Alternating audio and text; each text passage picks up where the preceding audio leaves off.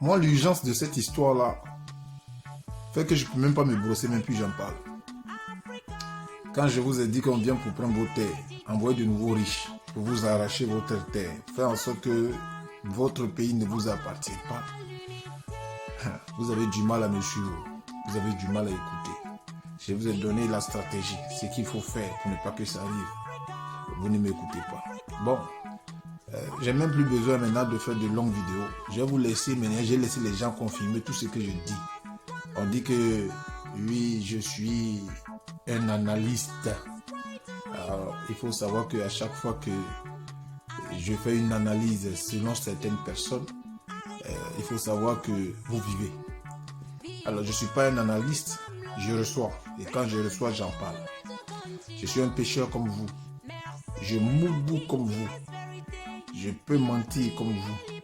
Mais quand je reçois, quand je viens m'asseoir ici sur cette page et que je dis que voilà ce que j'ai reçu, que vous le vivez et que vous faites les sourds d'oreilles, ça n'engage que vous. On suit ça et vous allez me dire ce que vous en pensez. La stratégie de recolonisation de l'Afrique et de transfert de la guerre ukrainienne israélo-palestinienne vers l'Afrique est déjà activée. On vous avait averti ici que ces gens, ils ne quittaient pas l'Afrique pour rien. Vous êtes en train de dire que vous êtes en train de les combattre, vous êtes en train de gagner le combat. Les Français, les Anglais, tous sont en train de quitter l'Afrique. On vous avait dit qu'ils ont une autre stratégie qu'ils sont en train de mettre en place. Et cette fois-ci, ils vont passer par Paul Kagame, Sassou Nguesso. Écoutons cette information, mais soyez patients, parce que ça va durer minimum 10 minutes. Je vais vous expliquer au terre à terre, vous, Africains, comment est-ce qu'on va venir prendre vos terres, comment on va vous chasser de vos villages par la stratégie qui est nouvellement mise en place. Allons-y ensemble. L'une des informations de la nuit, elle est très importante. Le Parlement britannique a donc adopté un texte drastique de lutte contre l'immigration clandestine. Tous les demandeurs d'asile entrés illégalement sur le territoire britannique seront expulsés vers le Rwanda, et ce, quel que soit leur pays d'origine, qu'ils soient afghans, soudanais, kurdes ou albanais, et ce, en vertu d'un accord avec Kigali. Écoutez le Premier ministre britannique Rishi Sunak. Ça nous suffit.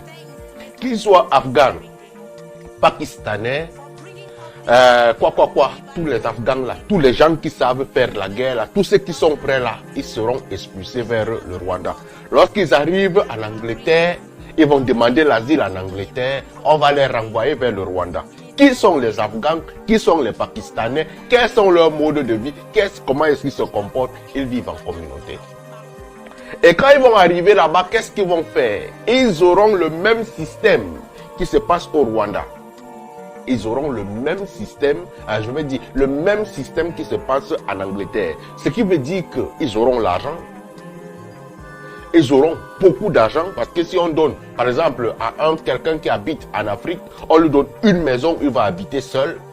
Il va avoir peut-être 700 € entre ses mains comme demandeur d'asile, le temps que son truc puisse être accordé, il aura beaucoup d'argent. Et quand ils vont arriver là-bas, ils auront l'opportunité de faire des business, ils auront l'opportunité d'ouvrir des boutiques, ils auront l'opportunité de faire beaucoup de choses. On nous amène à tuer l'économie africaine en mettant des nouveaux riches. Et ces nouveaux riches qui vont faire quoi? Qui vont acheter vos terres. Écoutons d'abord notre sœur ici, c'est très important. Écoutons notre sœur ici. Actualité du jour, nous sommes le 25 avril 2024 et je ne sais pas si vous êtes au courant, mais le président du Botswana vient de rejeter fermement la proposition faite par les Anglais selon laquelle ils devraient aussi recevoir les migrants dans leur pays. Bienvenue aux news de Zéla Panthère. Ici, là, on regarde le monde à travers mes yeux, on parle de business, mais surtout, on soutient les Africains qui font de bonnes choses.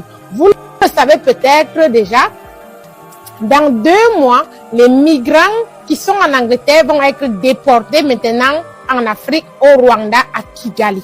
Oui, dans 2 mois, c'est-à-dire en juin là, ils vont commencer à atterrir là-bas. Et aujourd'hui, sur la route de Calais, ma mère et moi, on en a vu les migrants des Anglais. Et ces migrants-là sont les Syriens, les Afghans et les Pakistanais. Ça veut donc dire quoi? Qu'ils sont en train de nous faire un remplacement. Ils vont envoyer ces gens dans nos pays. ces derniers peuvent entrer dans les M23, commencer encore à tuer plus nos frères congolais. Ces derniers vont détenir l'économie de nos pays parce qu'ils vont arriver là, on va leur donner de l'argent et ils vont pouvoir investir, acheter nos terres, devenir les riches dans nos pays. Ces derniers peuvent même commencer à faire des attentats parce qu'on se connaît avec ces gens-là. C'est des gens qui veulent mettre leur charia là partout. Donc vraiment, j'aimerais que tous nos pays en Afrique soient très vigilants avec l'entrée dans nos pays des hommes de couleur. Vous comprenez?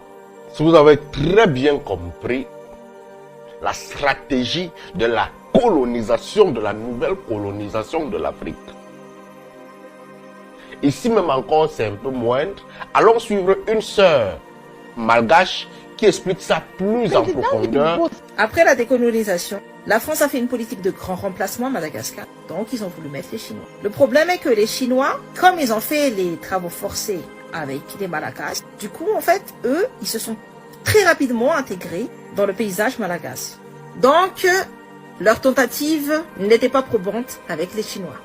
Et là, en 1972, dans les années 70, il faut entrer les Pakistanais. Et les Pakistanais n'ont pas la même culture que nous. Donc, ça collait bien à la feuille de route française. Les Pakistanais avaient le droit d'emprunter de l'argent à la banque, pas les Malagasy. Les Pakistanais ont commencé à prendre la place des riches à Madagascar. Et maintenant, ils sont en train de voler toutes les terres Malagasy. Ils sont en train de piller toutes les terres Malagasy avec la collaboration des gens du gouvernement, ces gens corrompus.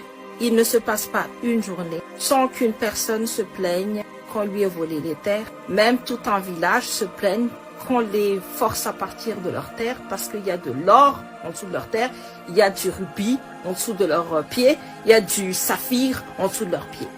Et ce ne sont pas les Malgaches qui en profitent, ce sont les Karans, ce sont les Pakistanais. Depuis des générations en génération, ils ne se mélangent pas avec les Malagasy.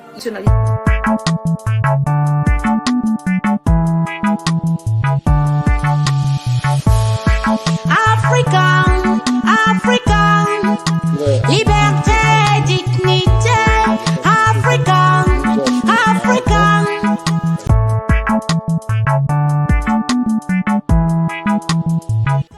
Quand je vous ai dit qu'on vient pour prendre vos terres, envoyer de nouveaux riches, pour vous arracher votre terre, faire en sorte que votre pays ne vous appartient pas, vous avez du mal à me suivre, vous avez du mal à écouter.